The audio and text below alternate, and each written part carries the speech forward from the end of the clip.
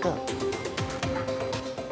新闻一开始，先来关心去年台中有一个老爸苦毒凌迟家己6岁囝。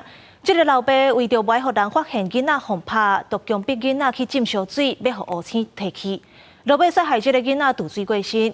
这案即马是经过国民法官审理，昨一审甲这个粗残的老爸依照凌迟未成年致死罪判关16年。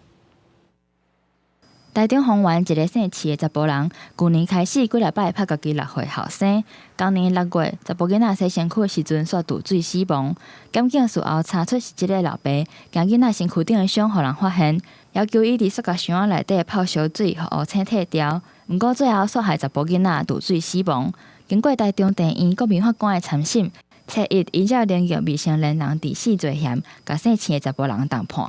被害人为被告的亲生骨肉，对被害人负有教养的义务，竟狠心剥夺被害人的生命，犯罪所生危害至为严重。国民法官充分评议后，判处有期徒刑16年。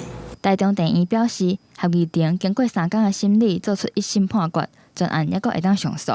若彰化一个姓区的林某，毋但无合法的证照，阁苦毒几来个囡仔。2021年6月涉嫌伤害一个4岁查甫囡仔。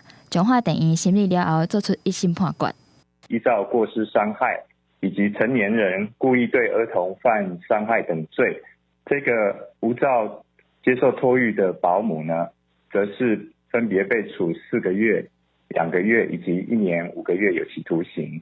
彰化地院表示，林某已经甲被害人的家属谈和解，部分已经执行煞，最后互人判1年11个月。不过，另外一个姓黄的查甫人煞拢毋认罪，所以互人判2年6个月有期徒刑。当初检举的民众是认为安尼实在判伤轻。小朋友都是爸爸妈妈的心头一块肉，你看看这样家长能那个吗？能服吗？当初检举的民众表示，判伤轻根本无法度显示正义，敢若希望安尼的悲剧莫阁再发生。记者综合报道。